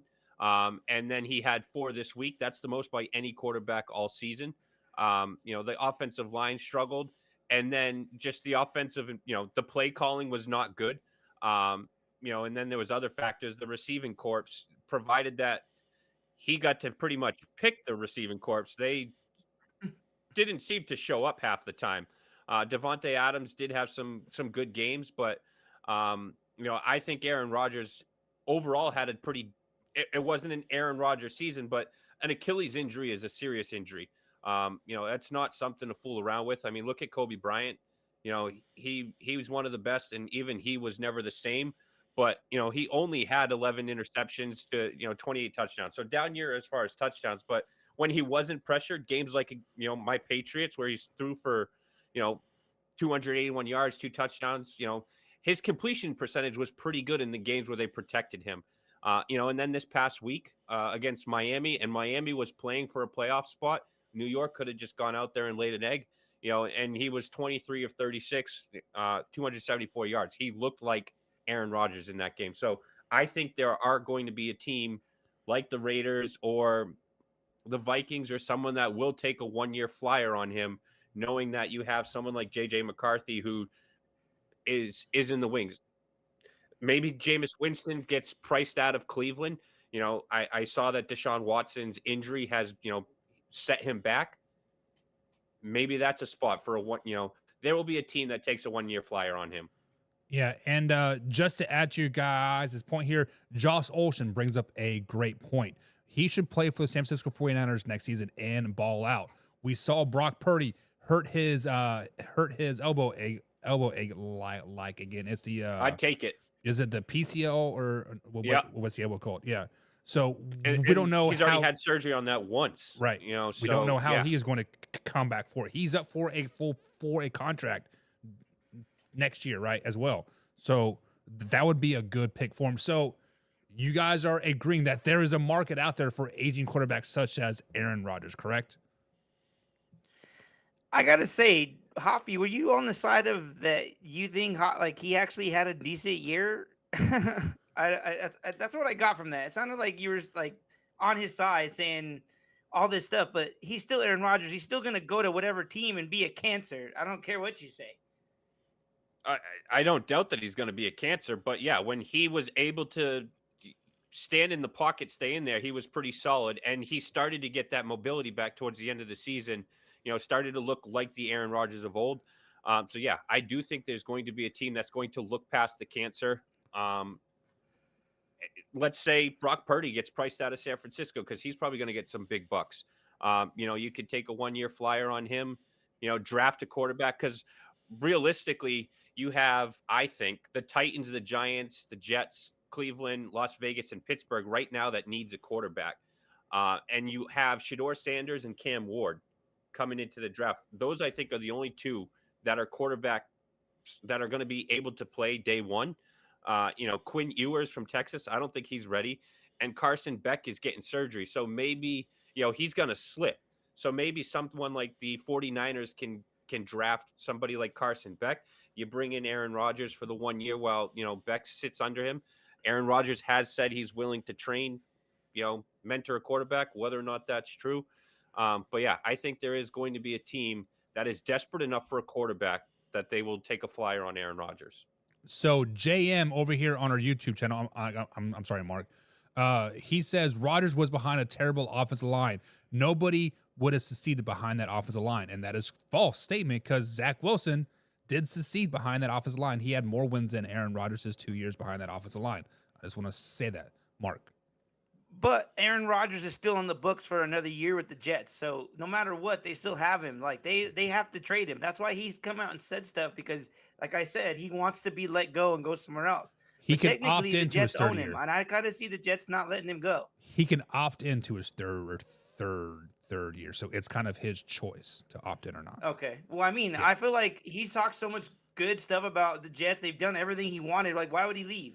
Rex Ryan is coming to town, and there is no way that he is going to have Aaron Rodgers on that team. Yeah, about that, right? So what about that? I'm right. You are right. That's why I'm laughing. Yeah. They've also interviewed some other like Mike Vrabel, and I don't think any of them would take that Aaron Rodgers. Vrabel BS, is right? not. Vrabel's going to your Patriots, Hoff. Probably. I'm okay with it. Him or Ben Johnson, that's who I want. But I do look at Mike Vrabel, and he's much like Belichick and much like Mayo, and those, has the game passed them. We see now a lot of these coaches are offensive minded, and that's where the success is. So I wonder. I was never on the fire Mayo train until this last week when he decided to throw out Milton and Milton Brady 2.0 and cost us the number 1 pick. What if Vrabel brings in McDaniels? Okay, I'll deal with it. I think that's a good duo. I'm not even a Patriots fan. I think that's a good work. That would work. I think it is, but I would also like to see Ben Johnson. Yes, if it's going to be Vrabel and Josh McDaniels, I'll allow it. Other than that, that's the only way I want that combo. That's the only way I want Vrabel, unless I don't see him bringing an offensive coordinator that's going to be good for Drake May, unless it's McDaniels. Otherwise, you have to get, I think, an offensive-minded coach that's going to be able to make May, live up to his potential. So, not to get totally off track here, guys, but I've heard some interesting. But I've heard some interesting things. Right, we are talking about these quarterbacks, aging quarterbacks like Aaron Rodgers and other teams going to these places where they have young rookie quarterbacks. Didn't we speak on it last week? It may have been like chat, but like the Titans entertaining the idea of trading the number 1 overall pick for a quarterback like Drake May, and then the Patriots get that number 1 overall pick. Or the Patriots do something like that though. I mean, why not, right? I mean, I wouldn't be worried about the Patriots. I'd be worried about those other teams drafting these quarterbacks that need that need quarterbacks, right? The Titans, the Jets, the Giants, the Seahawks, the Panthers, right? Just to throw out some names out there. And Hoffy said that there may only be one quarterback, NFL ready quarterback right now. So why not make a trade for JJ McCarthy or a Drake May or Michael Penix Jr.? Yeah, what I wanted the Patriots to do was to trade that first round, that number 1 overall pick, because Which they don't have anymore. Right, they don't have anymore, but because there is only 2 quarterbacks in this draft that are, I think, going to be successful, and I think the Titans go with Ward. I think he's better suited for them. But yeah, I think Ward or Shador are the only ones that you can definitely look at and say, I can see this being our franchise quarterback. So I think you would. I don't think you would have gotten the haul that the Chicago Bears got when they traded away the pick for so that the Panthers could get Bryce Young.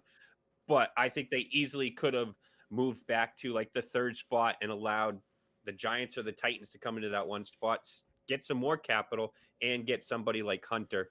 And now I think you've cost yourself Hunter, and now they're going to draft a kicker with their number 4 overall pick. Now, I'm not saying trade back in the draft. I'm saying if I'm the Tennessee Titans, Minnesota Vikings, let's say Sam Darnold leads us to the NFC Championship game. We pay him that money, 4 years, $150 million, whatever it is.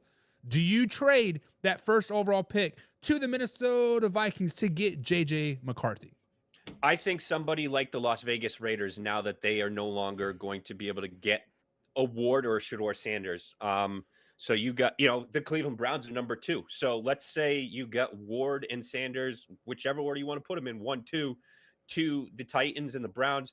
Now you got a team like the Giants that needs a quarterback. They might be willing to go if McCarthy. I think McCarthy is better than any of the quarterbacks, provided he is coming off of a serious injury. But somebody like the Giants, somebody like the Raiders, who are desperate for a quarterback, and the Raiders missed out on getting McCarthy last year. I could definitely see them, giving up their pick to go get McCarthy, because I don't think I think Beck could be good, but he's also injured as well, and I don't think he's ready this year. We saw some promise from JJ McCarthy in the in the practices and in the Vikings preseason to where we thought he was the guy. So I could definitely see one of those 2 teams moving up to or trading their first round pick to the Vikings to get JJ McCarthy. Tennessee's not trading the pick, guys. I'm sorry. Tennessee, they need a quarterback. We're not saying Tennessee. We're saying Tennessee and the Browns 1 and 2 draft their, draft Ward and Shador Sanders. So now we're talking the Raiders, the Giants, who have now not going to get one of those 2 guys. Those are the ones that I think will trade. Could happen. I can see that. But like I was saying, I don't see Tennessee or Cleveland trading out. The Giants wouldn't have to give up as much to move number 1. The Raiders would have to give up a lot more. I don't think either of the Browns, I think, might be willing to move. I don't think the Titans are going to move. I think they realize Levis is not the guy. I think the Browns might be willing to look into Winston coming back. They're not the brightest franchise. They might be willing to keep Watson in town, even though his injury is, set him back. Again, maybe they take a flyer on. I don't think they'd go Aaron Rodgers route, but maybe they get, Sam Darnold or something like that. But I definitely could see the number 2 pick getting traded for a haul. But I really think that it's more likely that the Giants or the Raiders go after McCarthy.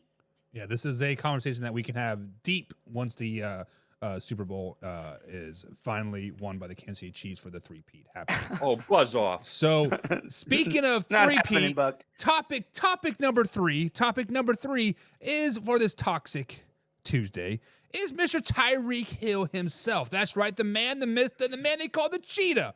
Tyreek Hill said in his post-game interview once they lost to the New York Football Jets, he says, "I'm out," meaning he was implying that he wants out of Miami. Tyreek Hill still does have 2 years left on his massive 5-year, $106.5 million contract that he signed with the Miami Dolphins back in 2022.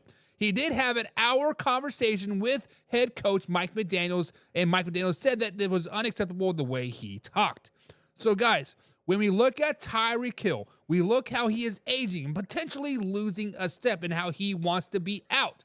Mark, toxic Tyreek Hill. Is there a market out there for Tyreek Hill?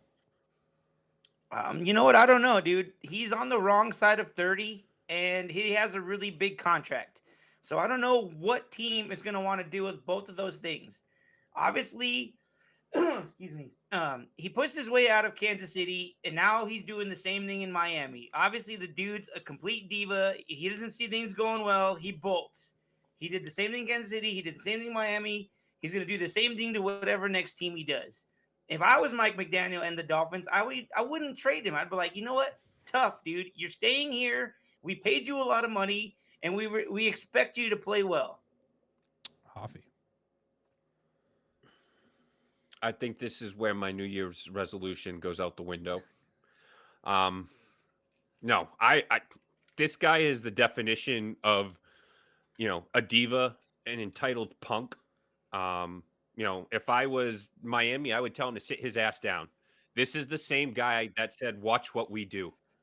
Is it not? This is the same guy that came out and said Tua throws a better ball than Patrick Mahomes. This is the same guy that said Tua is a better quarterback than Patrick Mahomes.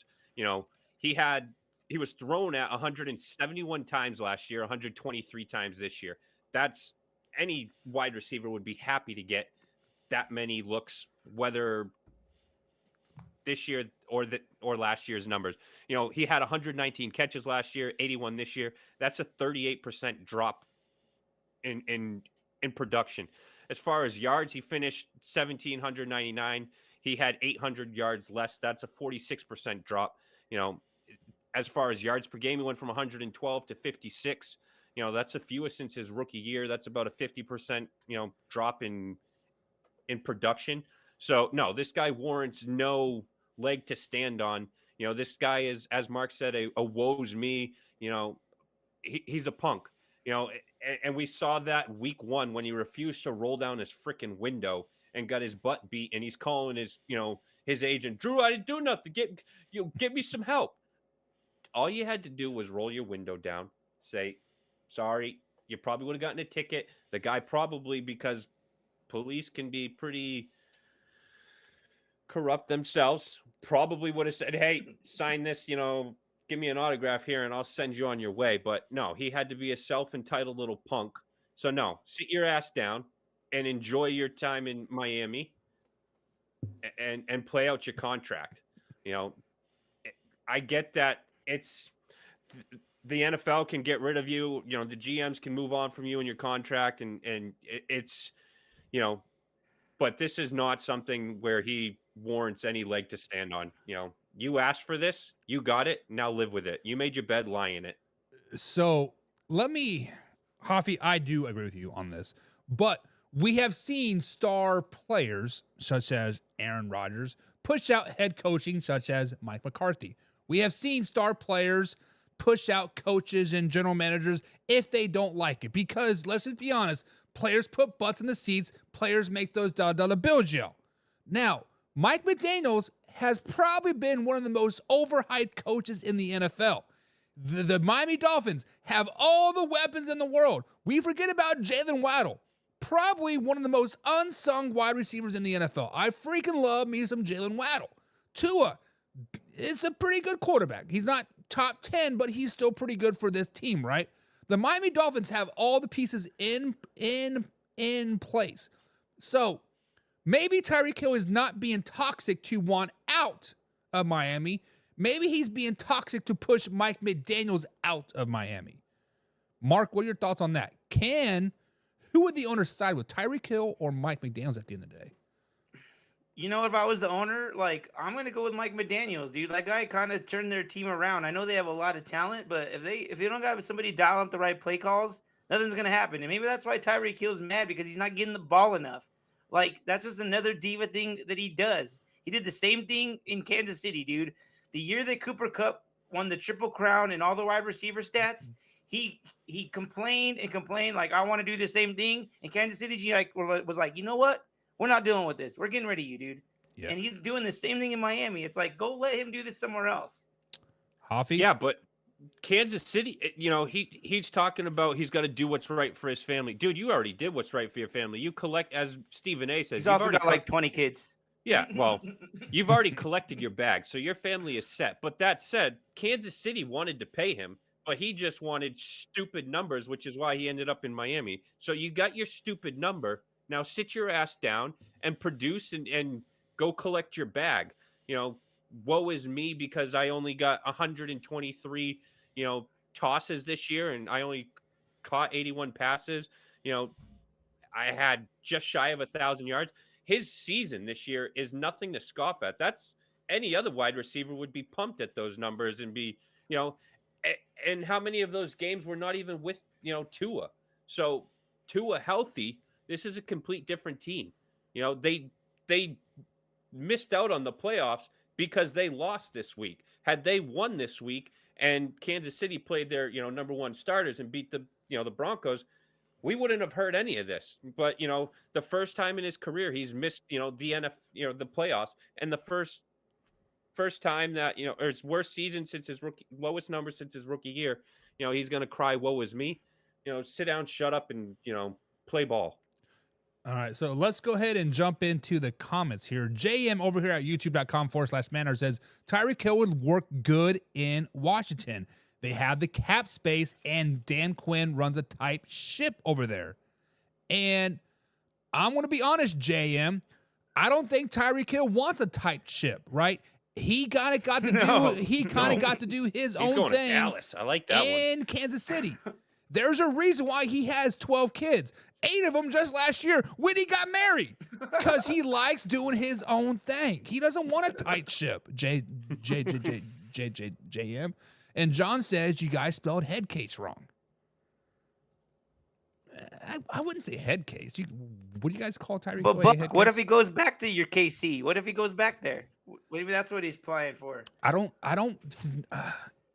see that happening, right? Yes, we had a good run, but like what you said, when Patrick Mahomes forced Tyreek Hill the ball, we lost in the playoffs, did not make it to the Super Bowl. The very next year, we won the Super Bowl because we weren't forcing Tyreek Hill the ball. How would Tyreek Hill handle being the number 3 receiver on that team, if not number 4? I don't think he would.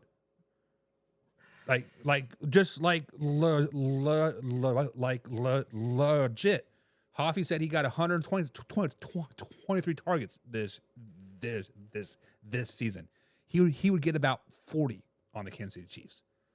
Rashid Rice is back, pending he's not in jail. In jail. Yeah, and if he goes to Washington, you still got McLaurin. Yeah, Scary Terry, and then Terry. He's going to get the touches. Yeah. But like I said, who's going to take on his diva status and who's going to take on that big contract? Like, who's going to deal with both of those things? Los Angeles Chargers would.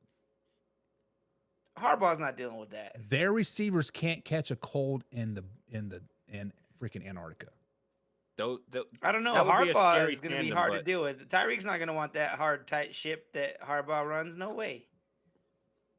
He'll say he does, and he'll play all fine and dandy for the first 2 games. But the second that there's any controversy, just like this year, he's going to cry, woe is me, and ask out. Yeah, not wrong.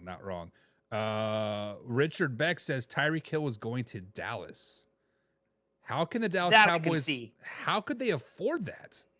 They couldn't, but that would be must-see TV. Yeah, it would. Sign me up for Hard Knocks for the first time ever. I'd be watching that stuff. No, this is what's going to happen. Tyreek Hill is going to go to Houston, get into Deshaun Watson's phone. Too soon. No, I mean, I could see it. God, can you imagine Tyreek Hill on Houston with Tank Dell, what's his face? Nico Collins, CJ Stroud. No, the one that just came from the Bills. I can't believe I'm drawing a blank. Stephon Diggs. Yeah, those two. Oh God, Stephon Diggs is out. I think in Houston he's out. Like he signed a 1-year deal, got all of his money. He's a free agent. Yeah, I think he's out. He's going to he will be the one that goes to Dallas. It's Stephon Diggs. Go hang out with his brother. Yeah, that's probably a pretty good point, right? Pretty good point. JM says Greg Roman is the first offensive coordinator. You are correct. Forgot about that. Laura says the only thing Tyreek Hill is good for is getting women pregnant. I'm just saying. His pull-out game is weak. Weak sauce. Laura, Derek sounds like you know from experience. Derek says Mike actually stood by his player. Said he's good. I'm putting him against the press. Not sure what you're trying to say there, bud. Sorry. John says NFL equals not for long. You don't produce, you're out the window, right? Truth. Derek says NFL doesn't like waves with local law enforcement. They don't like getting in trouble. Of course not. It's bad for the bad for the Bad for the brand. and Bad for the shield. bad for the brand. But guys, let's move on. Let's get into a little bit of fact and a little bit of crap. If you guys are new here, we end the show all week long with a little bit of fact and a little bit of crap. I've been scouring the old interwebs, seeing what the people are seeing, see what the people are upset about, and we are going to determine if it is indeed a fact or if it is a crap. So the first one we're going to talk about is resting of the NFL players. Is resting of the players. As you guys know, the Kansas City Chiefs did not play most of their starters on Sunday versus the Denver Broncos. In doing this, it caused the Chiefs not only to lose a game, but to get beat down by the Denver Broncos 38-0 and the Broncos to get into the playoffs. Shut up. This made a lot of Cincinnati Bengals fans very, very upset by this. So, Mark, I'm going to ask you this question first. Fact or crap? Should the NFL have a rule that states that if a starter is healthy, they must play in that game? I mean, why do they have all the games if they're just going to rest starters at the very end? Because if you think about it, dude, the last week 18, there wasn't very many games that had any, like, implications going on in the game. They had nothing. There was, like, 2. There was, like, my Bronco game and, like whatever teams that were still vying for a spot. Like, those were the only games that were worth watching. Every other game was like, meh, who cares, dude? Like, so why have those games if you're just going to rest starters? That's what I don't understand. But I also understand the other side of it about resting guys, because the season is brutal. The guys are playing hurt. They need a rest. They're about to play in the playoffs. It's very important. I get all that. So it's kind of a double-sided sword. So, Hoffy, I'm going to present you the same question. Fact or crap? The NFL should have a rule that states that the starters are healthy, they should have to play in the game. I think it's a fact, but they're going to find a way, just like, you know, the owners are going to find a way to tamper with coaches and you know, go out and do things behind closed doors. But yeah, I mean, look at the Buffalo Bills. You can't tell me that the Buffalo Bills didn't look at the Patriots and go, they're in our division. Let's rest our starters, provided, you know, we got nothing to play for, but let's rest our starters and let's lose that game. That's going to cost them, you know, the number one pick. Look at your, you know, the Chiefs Broncos game and what it did to, you know, the Cincinnati Bengals. I will say, however, that you have to, you know, it's a double-edged sword in the fact of Cincinnati, for instance, if they didn't lose week 1 to the New England Patriots, they wouldn't be in that position. So don't put yourself in that position to where you're relying on other teams.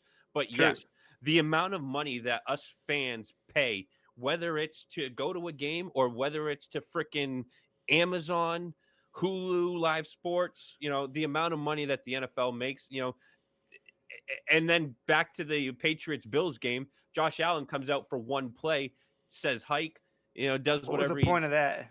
Well, because he's now so many games in a row that he's played in. So they, you know, the streak is still alive, you know, and look at, I got to turn a new leaf. Look at Jerry Jones. He is so clueless, or he's not clueless, and he did this on purpose, but he cost his quarterback $500,000 because he didn't let him play. They benched him and put in Trey Lance, and now he's missed out on his percentage snaps, you know, $500,000 bonus, where you got teams like the Tampa Bay Buccaneers on the very last play throwing for 7 yards to get Mike Evans at 1,000 yards. So you got teams that don't care, and they're doing what's right for the fans, their players. So yeah, I think that, but at the same time, owners and these coaches and the GMs are going to find a way to rest their starters because that's what they think is the way to go. So I don't know how you can do it, but yes, I would like to see it get done. So you guys are both saying fact. And I'm going to bring some validity to this conversation. You usually do. Because the correct answer is crap, right? The correct answer is I could care less about a week 18 game. What is the ultimate goal in the NFL? Mark, I know you haven't won one of these in quite a long time, but what is the ultimate goal in the NFL? Get the number 1 pick if you're the Patriots. It is to Get win in the playoffs. the Super Bowl. It's to win the Super Bowl, not to get to the playoffs, but it's to win the Super Bowl. Now, You got to get the playoffs first to do that, though. right. You play to win the game. You play to win the game. With that being said, if I am playing to win the game, I could give 2 shits less about a week 18 game. Yes, I understand, Hoffy. You spent your whole week's paycheck to go to a I game. did not. Mark, I understand that you sat in the cold for 5 hours to watch your Denver Broncos to play third-stringer players. I don't care. First of all, the NFL makes its money off of TV deals. They could care less about the stadiums, right? They could care less about that. That's make more all for their single team salaries. Yeah, right. you're right. They make all their money off of CBS and Fox and Hulu and Amazon and Netflix and all that stuff. But the simple fact of the matter, guys, this is crap. Because even if there was a rule out there saying that if your starter's healthy, they have to play, what is to say Andy Reid, oh, Patrick Mahomes, sorry, man, we're demoting you to second string this week. Like, you just haven't been living up to the hype. Did you guys watch the injury report? That shit was pretty funny. DeAndre Hopkins, all year long, healthy. Boom, all of a sudden he has a thumb injury. Aaron Rodgers, healthy all season long. Last week of the game, actually the last 2 weeks, all of a sudden, he has a quad injury, right? Like, Look at Tom Brady. He was on the injury report every single week for probable with a shoulder injury. Exactly. There are ways around it, but the correct answer is crap because if you do not want players to rest, right? If you do not want teams to rest their players, give them more time off. Stop their Thursday night games, right? Give them 2 NFL bye weeks in a season. If you guys think about this, the Minnesota Vikings, Detroit Lions, the Kansas City Chiefs, the Pittsburgh Steelers, they all had their bye weeks in week 5, 6, and 7. They have playing football every day for 3 months. It's simple as that. Guys, this is crap. There should be no rule at all. Crap. So, guys, in the comments below, fact or crap? Your answer's crap. Fact or crap? Should the NFL make a rule about resting players? Should they play healthy players? It is. And Laura says fact. I don't care if it's the backup, if it's the first string, they should be playing. Buck, I'm with you on the extra bye week. I think that's a huge thing. Yeah. Well, yeah, but what's an extra bye week going to do? They're still not going to play him on that last. Kansas City, regardless if they had 2 bye weeks or not, was not going to play Patrick Mahomes in that last game, especially with the ankle. Right. Yeah, his weak ass ankles. Well, but if you think about this, Hoffy, if they had an extra bye week like the Baltimore Ravens come week 14, they wouldn't be as tired going into the playoffs, right? Or hear me out. How about this? A universal bye week. Everybody's off on the same week. I mean, that would make it fair. But maybe one full week off before playoffs. How would you feel about that? So a team would have 2. So would you add an extra team to make it 18 playoffs? So nobody had a bye. That can be debated. Because yes, Okay, get that. I'm glad you brought that up, Buck. I'm curious. Okay, so I never played the game. You guys both did. Mm-hmm. So I'm curious. You brought this up. So let's say that there's no bye weeks. As an athlete, are you okay with playing 17 straight weeks, no bye, just going through it and just getting it done? Nope. You're okay with that? Nope. Not at all. I need a week off. Simple as that. I need a week off. That's what I mean. So it's like you guys need the bye, but you're saying that don't have the bye. I don't understand. Well, no. So Hoffy was saying if you had a universal week off before the playoffs started. Oh, so there would be no playoff games this coming weekend. Yeah. Right. Okay. Which would mean Kansas City's got 2 weeks off. and Detroit's got 2 weeks off. But your Denver Broncos, your Buffalo Bills, they all have 1 week off. So that would give them no reason to have to rest players because they have that week off. Exactly. That's a good idea. I hate to say that Javi's right, but yes. But if that were to happen, I would be upset to get the first seed because I don't want full 2 weeks off. You know, there's a such thing as rest versus rust, right? Ring rust. Yeah. So JM says, crap. Injuries ruin playoffs, ruins television. Exactly right. Let's say a Patrick Mahomes. Hey, let's say a Josh Allen or Lamar Jackson got hurt week 18. They can't play the playoffs. Jalen Hurts may not be able to play. I was just going to say that. I was like, the playoffs. Not having Jalen Hurts this playoffs that changes everything, right?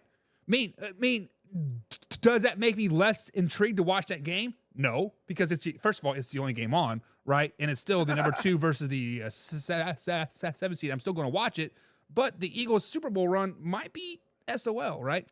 And Derek does bring up a good point. He says, imagine working 60 hours a week to take your kid to a game, not to see the players that you play to pay for. I get that, but there's a reason usually why week 17, week 18 game tickets are a lot less, right? Mark, how much did you pay for your tickets? Do you really want to know? Yeah, I really want to know.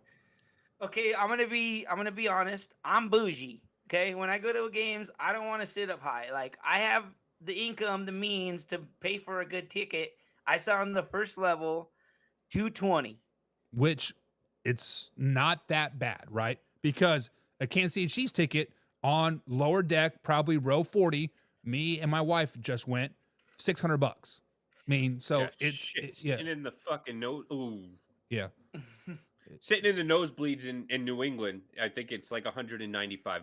And that's, you know, a friend of mine has season tickets and it basically comes down to $195 a game. And he's like second to last row. You can literally see the parking lot from his seat. And you can see the wall of the stadium. Right. Well, I kid you not. It's the second to last row. Like, you could stand in stand up in your seat and look down into the parking lot. Which I get it. You know, just like NBA is terrible at this. When the Cavs played the Pacers, I went to a Pacers games to see LeBron James play, and he sat out. It sucks, but it's just a gamble, right? It's just a gamble. And John says it is crap. It's a business, guys, and you are correct. It is a business. It's a business of winning Super Bowl championships, not a division championship, not a Week 18 game. I got one more question though for this family. Let's say they were going to the Broncos game. Like, they said weeks before that they weren't going to play starters. Like, did they buy their tickets like 3 months in advance? Like, that's not what I do. Is that what families do? As a wife that's a planner, we went to the Colts game and she did buy our tickets back in September for a single ticket game. Okay, so, then yeah. But yeah, I mean, it does suck, right? JM says the league wouldn't force a team to risk injury, a player meaningless game, which could affect the accumulation of the entire season. You are correct. You are correct. Derek says it's rich man's chess. Of course. Laura says bad words. They're going to get you bad words. I'm sorry. I tried. I did. Me and Hoppy both slipped. Sorry. I made an hour and 57 minutes. Come on, give me some brownie points. Give me a fucking break. Yes. Hey, but you brought up my Broncos right away. I get hot. You know this. I'm sorry. And Derek says they shouldn't get a paid day off. We get paid days off every year. I haven't worked for 3 months straight. Well, you're in the marijuana industry. That's not a job. JM says technically it is a job. Create better parity with matchups, and those situations wouldn't arise. I mean, honestly, if you think about it, all of the Week 18 games were division games. All the Week 18 games, if you would have thought about it purpose. Last year, they would have been some type of competitive games, right? I mean, like the Browns and last year, I think we had the Bills and the Dolphins, and they were playing for something. So yeah, they try and make it so that it's going to be played for something. Yeah, not wrong. Didn't work out. Richard Beck says, crap, forcing a player to play and then unfortunately getting an injury would ruin the playoffs. Everybody's kind of with me, guys. Crap. And for a frog, they are. I'm not for sure. Oh, well, we have sticking eyes, up for Mark. ankles. Oh, you guys, jeez. Mark's her man tonight. JM Everyone's says on the bandwagon tonight. JM says Apparently good I'm show, passing her fellas. to you for tonight. All right, JM, appreciate your love, man. We are live every Monday through Friday at 9 p.m. East Coast time. And John says standing room only in Detroit is 509. Damn.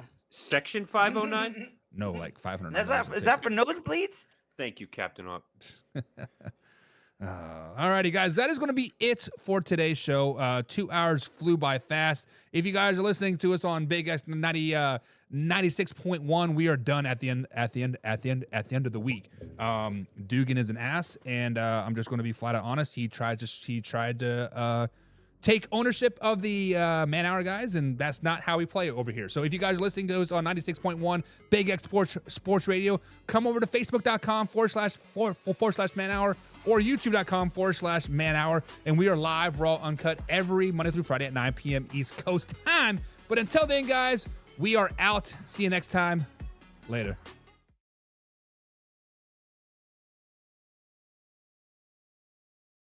Boys and girls, that is it. That is it. Sorry, Buck. I tried. Dude. Yeah, my bad, dude. It's all good. Dugan can